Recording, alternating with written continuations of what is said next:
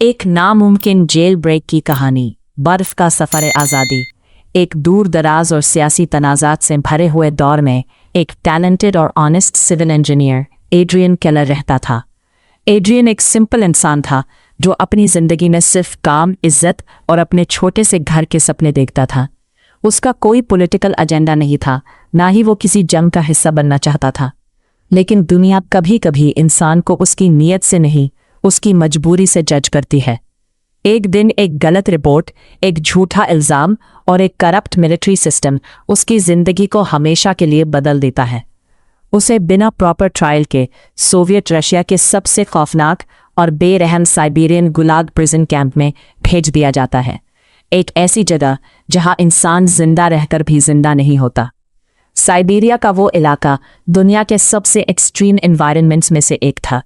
वहां ज़मीन साल भर बर्फ से ढकी रहती थी, हवा इतनी तेज चलती कि जिस्म को चीर देती और टेम्परेचर इतना लो होता कि इंसान की सोच तक जम जाती। कैंप में कैदियों को इंसान नहीं समझा जाता था, उन्हें सिर्फ एक नंबर के तौर पर देखा जाता था। रोज़ाना उन्हें बर्फ में काम करवाया जाता, हैवी स्टोन्स इटवाए जाते और अगर कोई गिर जाता तो उसे उठने का मौका भी मुश्किल से मिलता। एड्रियन जब पहली बार इस कैंप में आता है तो उसका दिल टूट जाता है। उसे लगता है कि शायद उसकी ज़िंदगी यही ख़त्म हो जाएगी। हर तरफ उदासी, थकन और मौत का साया होता है। लोग बात करना भी छोड़ चुके होते हैं क्योंकि बात करने से उम्मीद पैदा होती है और यहाँ उम्मीद को भी मर दिया जाता है। लेकिन एड्रियन केलर हर चीज़ के बावजूद अपने अंदर एक छोटी सी रोशनी महसूस करता है। एक ऐसी रोशनी जो उसे कहती है, तुम यहाँ के लिए नहीं हो। शुरू के दिन बहुत मुश्किल होते हैं। एड्रियन को समझ नहीं आता कि वो कैसे सरवाइव करेगा। भूख उसके दिमाग को कमज़ोर करती है, ठंड उसके जिस्म को जमाती है और मजदूरी उसकी ताकत को ख़त्म करती है। लेकिन वो धीरे धीरे ऑब्जर्व करना शुरू करता है।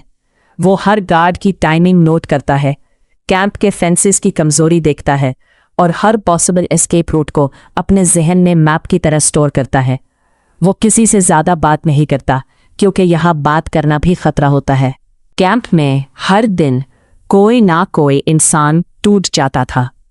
कुछ लोग होप खो देते, कुछ लोग पागल हो जाते और कुछ लोग सिर्फ चालती लाश बनकर रह जाते। लेकिन एड्रियन उन सब से अलग होता है। वो अपनी रोटी का हिस्सा भी कभी कभी उन लोगों को दे देता जो ज़्यादा कमज़ोर होते हैं। इससे उसे लगता है कि अगर इंसानियत जिंदा है तो शायद वो भी जिंदा रह सकता है। वक्त गुजरता जाता है और एड्रियन के अंदर एक स्ट्रॉन्ग डिटर्मिनेशन पैदा होती है। वो हर रात अपने आप से कहता है, मैं यहाँ से निकलूंगा चाहे कुछ भी हो जाए। ये सिर्फ एक सोच नहीं होती, ये उसकी ज़िंदगी का मकसद बन जाता है।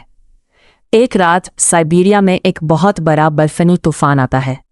हवा इतनी तेज होती है कि कुछ नज़र नहीं आता। गार्ड्स शेल्टर में चले जाते हैं और कैंप में केओस हो जाता है। ये वही मोमेंट होता है जिसका एड्रियन को इंतज़ार था। वो धीरे धीरे अपने प्लान को एग्जीक्यूट करता है। वायर फेंसेस क्रॉस करता है, हाथ कट हो जाते हैं, जिस्म ठंड से जामने लगता है, लेकिन वो रुकता नहीं। जब अलार्म बजता है तब तक वो जंगल के अंधेरों में गुम हो चुका होता है। लेकिन असली इम्तिहान अब शुरू होता है। साइबेरियन विल्डरनेस कोई आम जंगल नहीं था, ये एक जिंदा मौत थी। हर तरफ बर्फ, खामोशी और बेरहमी। यहाँ सर्वाइवल का मतलब सिर्फ जिंदा रहना नहीं था, बल्कि हर दिन मौत को हराना होता था। एड्रियन अकेला होता है, ना कंपास, ना मैप, ना फूड सप्लाई। सिर्फ उसकी विल पावर उसका साथी होती है। शुरू के दिन उसे समझ नहीं आता कि वो किस डायरेक्शन में जा रहा है। वो कभी स्नो खाता है ताकि पानी मिले, कभी फ्रोज़न लेक्स क्रॉस करता है जहाँ एक गलत कदम उसे हमेशा के लिए गायब कर सकता है।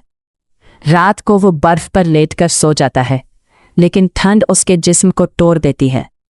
उसके पैर जख्मी हो चुके होते हैं, हाथ सूजन से भर जाते हैं, लेकिन वो फिर भी चलता रहता है। कभी कभी उसे हेल्यूसिनेशंस होती हैं। उसे लगता है कि वो अपने घर में है, अपनी माँ की आवाज़ सुन रहा है या अपनी ज़िंदगी के पुराने दिन देख रहा है।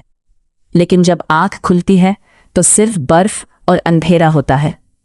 ये साइकोलॉजिकल वॉर उसे तोड़ने के लिए काफ़ी होता है, लेकिन वो हर बार खुद को संभाल लेता है और कहता है बस एक और स्टेप। वक्त के साथ उसका सफ़र और भी ज़्यादा डेंजरस होता जाता है। वो रशिया के जंगलों से निकलकर मंगोलिया के बैरल इलाकों में एंटर करता है, जहां कोई इंसानी जिंदगी नहीं होती। वहां से उसका सफ़र चाइना के बॉर्डर रीजन्स की तरफ जाता है, जहां मिलिट्री चेक पॉइंट्स, स्पाइस और इन्फॉर्मर्स हर जगह होते हैं। वो कभी अपनी आइडेंटिटी छुपाता है, कभी फेक डॉक्यूमेंट्स यूज़ करता है, कभी किसी गांव में छुप जाता है और कभी पैदल हज़ारों किलोमीटर चलता है। हर दिन उसे लगता है कि शायद ये उसका आखिरी दिन है, लेकिन हर बार कोई ना कोई चीज़ उसे आगे बढ़ने पर मजबूर करती है। कभी यादें, कभी उम्मीद, कभी सिर्फ सर्वाइवल इंस्टिंक्ट। कई बार वो मौत के बिल्कुल करीब होता है। कभी सोवियत पेट्रोल्स उसे रोक लेते हैं, कभी वो भूख से बेहोश होने लगता है, कभी वाइल्ड एनिमल्स उसके करीब आ जाते हैं, लेकिन किसी न किसी तरह वो बच जाता है, जैसे कोई इनविजिबल फोर्स उसे जिंदा रख रही हो। सालों तक चलने वाले इस सफ़र में एड्रियन का जिस्म टूट जाता है, उसका वेट कम हो जाता है, चेहरा थक जाता है, आंखों में सिर्फ सफ़र का दर्द होता है, लेकिन उसका इरादा पहले से ज़्यादा स्ट्रांग होता है। वो अपने घर के ख्याल को अपनी ताकत बना लेता है। उसे लगता है कि अगर वो रुक गया तो सब कुछ बेकार हो जाएगा। आखिरकार हज़ारों किलोमीटर के इस इम्पॉसिबल सफ़र के बाद वो यूरोपियन सेफ जोन के करीब पहुंच जाता है। वहाँ लोग उसे देखकर शॉक हो जाते हैं। एक आदमी जो जिंदा भी है और आधा मर चुका भी लगता है, लेकिन फिर भी अपने पैरों पर चलकर यहाँ तक आया होता है। उसे हॉस्पिटल ले जाया जाता है। डॉक्टर्स उसे देखकर हैरान रह जाते हैं। वो कहते हैं कि मेडिकली ये इंसान सरवाइव नहीं कर सकता था, लेकिन एड्रियन केलर सब प्रूफ तोड़ चुका होता है। वो अब सिर्फ एक कैदी नहीं होता, वो एक सिंबल बन जाता है, एक ऐसा इंसान जो नामुमकिन को जीकर दिखाता है। Final moral of the story: इंसान की सबसे बड़ी ताकत उसका इरादा होता है। अगर इंसान हार ना माने तो कोई भी जेल, कोई भी बर्फ और कोई भी मुश्किल उसे रोक नहीं सकती। इम्पॉसिबल सिर्फ तब तक होता है जब तक इंसान खुद हार मान लेता है, वरना हर नामुमकिन चीज़ भी मुमकिन बन सकती है। मोहतरम नाजरीन, अगर आपको ये कहानी पसंद आई हो तो बराहे करम हमें सपोर्ट करने के लिए सब्सक्राइब करें। देखने का शुक्रिया।